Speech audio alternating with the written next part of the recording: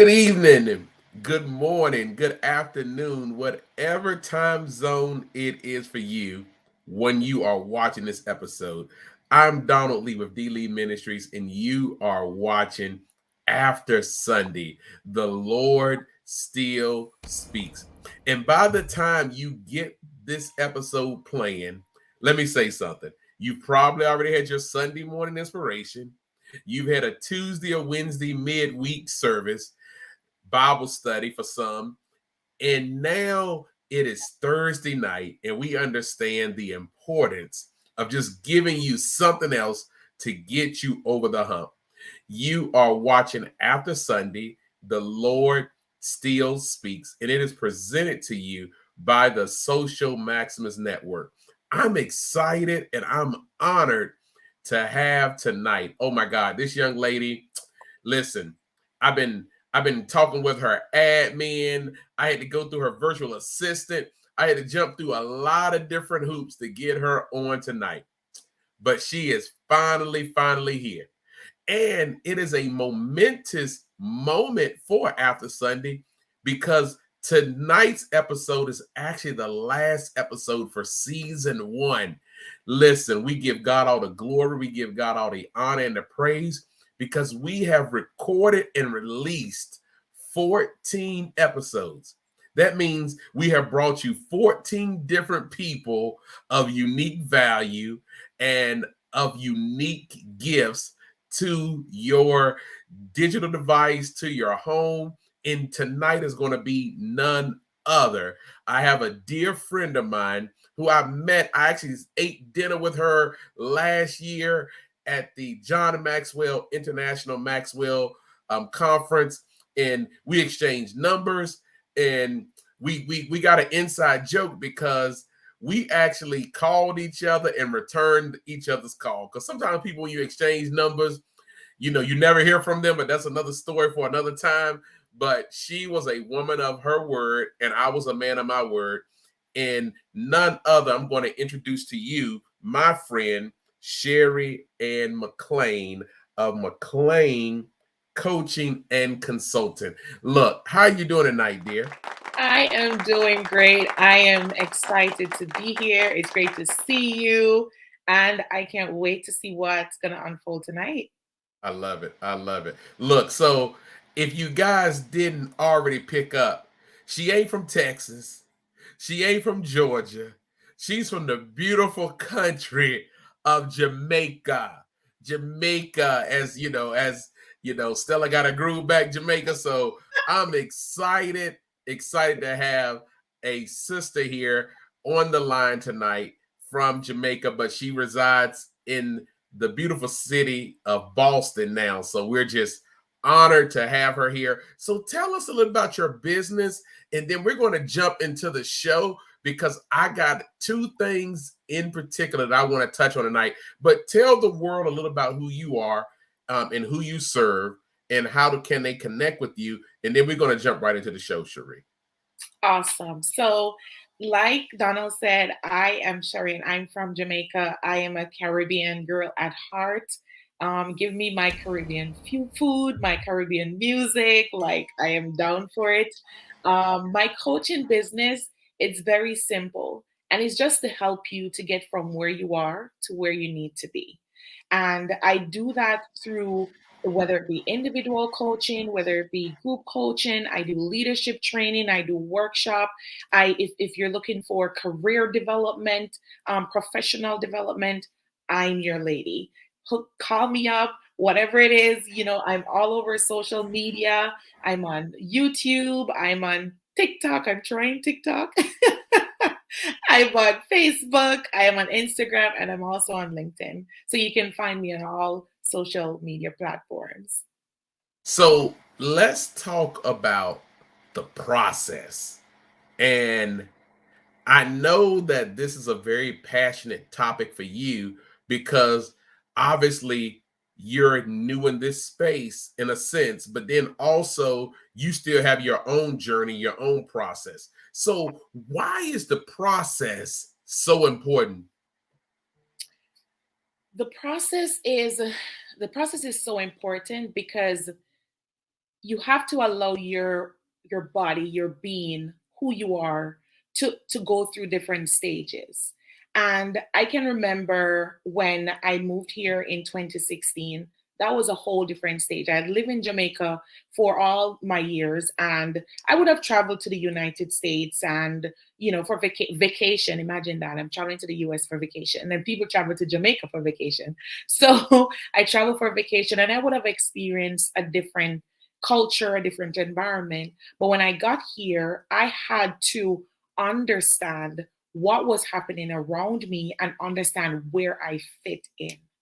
And so at me, I'm an introvert, right? And so I sometimes I'm like, should I say something? Should I do something? But there's something that keeps on reflecting and keeps playing in my mind. I want to do better. I want to be better, and I want to go to bigger places. And if I'm going to do that, I have to allow myself to go through the process. Sometimes that process is extremely unpleasant. Sometimes that process allows you to question, is this where I'm supposed to be?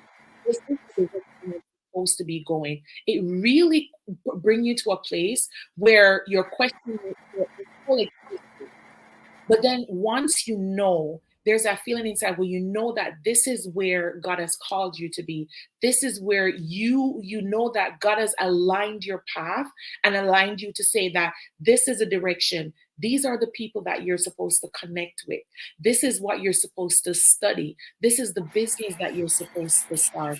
Then within yourself, even though you're going through the process, that push, that desire is going to help you to go through the process. So even I've been following a little bit of your story, and obviously we connected and we've shared some things with each other. You are working on a PhD. Oh, So to work on a PhD, you're going to the highest level of education. That's a grueling process, right? oh my gosh. I can I share a little story about my PhD? Please, please. So I have always, and this is my first time I'm publicly talking about it. So this is like a very nice exclusive. Um, I've always loved going to school. My sisters, my friends, they used to make fun of me and say that, you know what, Sharon, they can pay you to go to school. You're always going to school. It doesn't matter. You're always going to school. You're always learning. And that's because there's that desire in me to want to learn. And so I've always been invested in school. Even when, I couldn't get a job, I'm like, you know what? I'm going to go back to school. I'm going to do all this thing. And so during my master's, it was an extremely tough time. And I did my master's back home. And I remember I failed a research paper, and I also failed one of the courses. And they're like, oh, no, you won't get into any PhD program. They don't look at persons that, fail all these things. And I got to the point where I was like, I think I'm done. I was going to settle with my bachelor's. I wasn't going to pursue any master's. I was just going to leave it there, even though I just needed to do like a research paper to complete. And I remember I was talking to my pastor, like, I love my pastors. They have been amazing support to me. And I remember I was talking to him, and he gave me some words of encouragement. And, he told me that, listen, your bachelor's is just the beginning. Like, it's not even where you're supposed to end. Your journey is still continuing. Like, you're going to do your master's, you're going to do your PhD. And in that moment, for me, I felt, even though I felt like this is where I'm supposed to be, but the external factors, and I have to put a plug here, the noise that operate in our lives, we have to get to the point where we have to mute them. Because if we don't mute them, they start to dictate how we live our lives. They start to dictate the direction that we go with our lives. And so everything that God has said that you will be, everything that God has declared over your life, if you don't mute that, then it's going to cover over the promises. It's going to cover over purpose. And so I had to get to a place where I had to mute the external voices, the voice that will say, oh, you're not going to make it. Oh, you won't push through this. You're a failure. Oh, you failed a course. Who is going to take you into their college? And I can tell you, in 2018, when I developed the courage to apply, I applied to 3 schools and I got accepted to the 3. Wow. And I was like, I started to reflect, and I'm like, this is the same woman that, person that said that you have failed this, so you'll never get into a PhD program. And so I'm looking and reflecting at the journey since 2018 until now, because I'm supposed to end in June. And all through that journey, I've maintained a 4.0 average. I have So, got so would you agree that, like you said, the external noises can control everything, but even the Bible tells us the power of life and death is in our tongue. So you didn't take what the teacher was saying and telling you, well, you'll never do this. You took that as fuel and said, you know what? I'm going to apply anyway. And you got into all three. That's good stuff. That's good stuff. That's right. That's right. And so I've used that throughout my life to say that when someone says something negative that's discouraging, that's trying to put me down, like you said, I use it as fuel. I said, okay, this is what you're saying about me. Watch and see. This is what you're proclaiming over my life. Watch and see. Because I don't serve man, I serve God. And I know Love it. that God will align everything, He will work things out. And so I am not going to be distracted by the noise that is operating in my life, because I know now that it's merely a distraction to get me off my path of purpose and progress. I love it. I love it. Purpose and progress. Listen, so let's talk about starting on the right foundation. Because there's also a scripture that says if you build your house on a faulty foundation, even though we know this in the natural, but the scripture tells us it's going to be torn down by the first sign of a storm. Okay. So, why is it important to have a solid foundation from the start? I as I was reflecting on my PhD, so there's a page in there, and it talks about the dedication page. And I wrote and I said, I'm dedicating this to my mom, who is no longer with us, and my dad, who is also no longer with us. And I wrote a statement: thank you for creating a stable environment for myself and my siblings. And when I wrote that, I started to think more, because the title of my research project is Father Child Engagement, and how fathers are engaging with their children, whether through reading, whether through play, through watching the TV, whatever it is, how are they really engaging our children? And we know the statistics about fathers in the house, how many fathers are present, how many fathers are not present, and what that does for a child growing up. And so I wrote that statement, very simple. But then when I started to think more on it, there's a sense of gratitude that really played on my heart, because I see and know not a lot of people have the opportunity to have both parents in the home. And I was afforded that. Both of my parents were Christians. My dad was a deacon. My mom was very involved in church. And they created the foundation for us. I tell people that I know what love is through my parents, because I would see my dad come Valentine's Day. He comes with a little bag, and our little chocolate is in there with our little biscuit and our candy and all that stuff. And then he has a bag from my mom, and each one of us would have our bags. And so I would also see my mom. She would come and she would do all these things. I learned a sense of community from my parents. I would see how my mom would go every Christmas. She would bake cake. She would give out juice. She would give cake to the community. I would see my dad literally lift someone that is sick on his back to take them to the main road so that they could get something to go to the doctor. I saw community. I saw love. I saw family. I saw relationship. There's a saying that my pastor always say, that be careful how you live your life, because you might be the only Bible someone knows. And so I saw how my family lived. I mean, the older I got, I studied, the life of Jesus and the whole purpose and essence of servanthood and all that stuff. And I saw my parents do that. And so because they were living that life, because they were emulating that life and displaying that life for myself and my siblings, that automatically created the foundation for me. So when I went out to college, when I went out to school, when I went to the workplace, those values, they're there. They're not gone. They're so deeply rooted in my life that every time I'm thinking, okay, then am I displaying a sense of community? Am I showing love? Am I treating people the way that my parents would have wanted me to treat people? Am I going putting people first? Am I doing all these things? And am I doing it for show? Or am I doing it because this is what God wants us to do? And this is what we were placed on earth to do. I love how you said that. Am I doing this for show, or am I doing it because I know? And that's a fine line to walk. And I'm not going to touch it too much, because we have to often remind ourselves as people, are we doing stuff for show?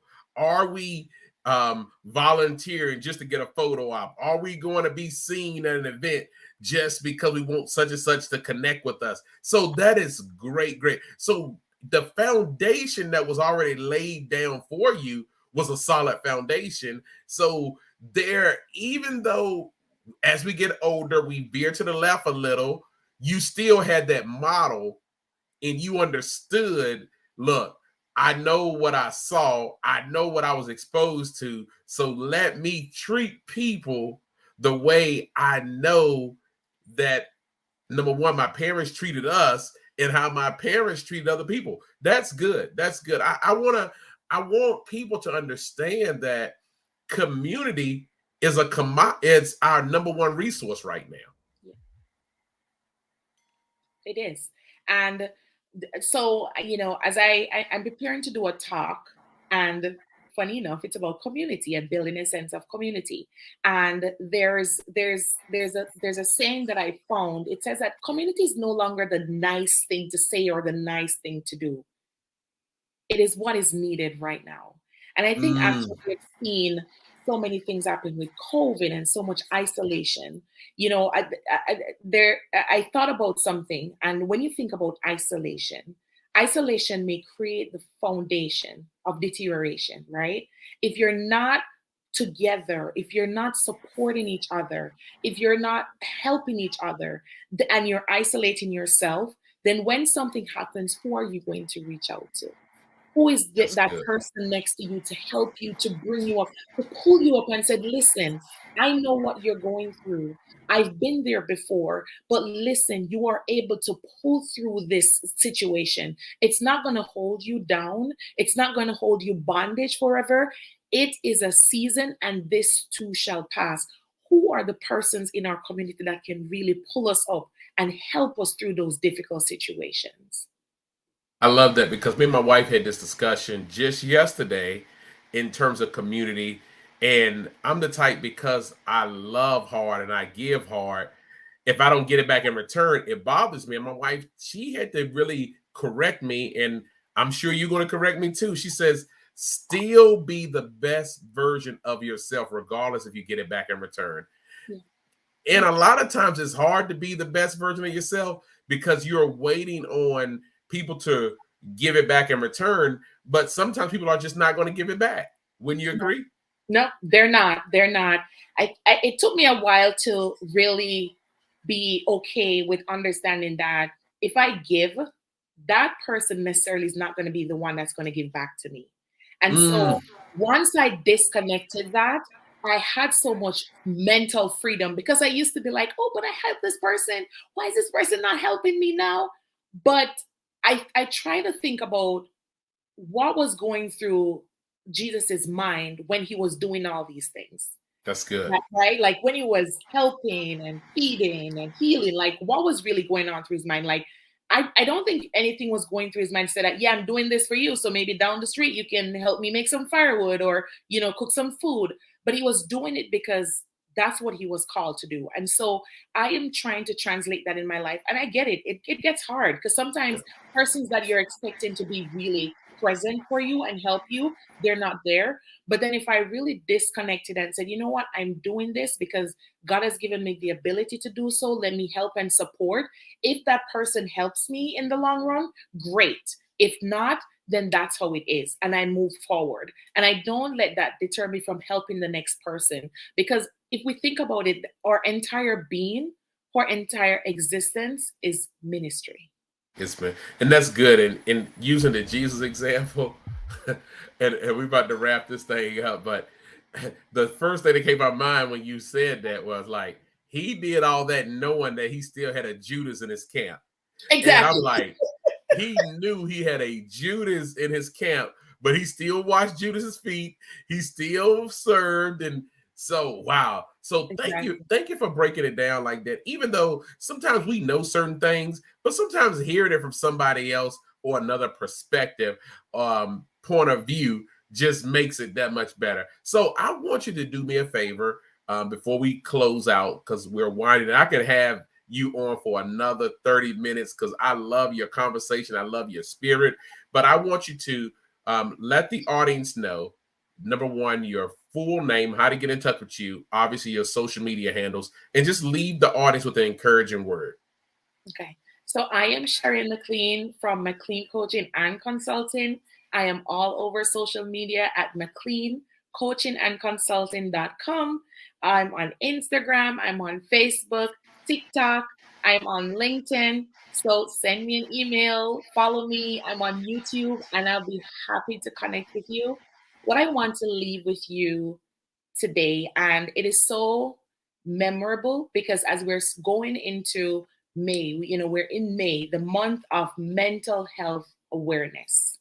And I want to tell you, there's a couple of lines that I like from the book The Help, where I forgot, I think it's Abeline used to tell that little girl, I forgot her name, but she would say that you is kind, you is smart, and you is important. And I want to tell you that you are kind, you are smart, and you are important. Don't let anyone ever tell you that you're nothing less than that. Preserve your mental health, preserve your purpose, preserve your passion. Walk in love, love yourself, love God, and never give up.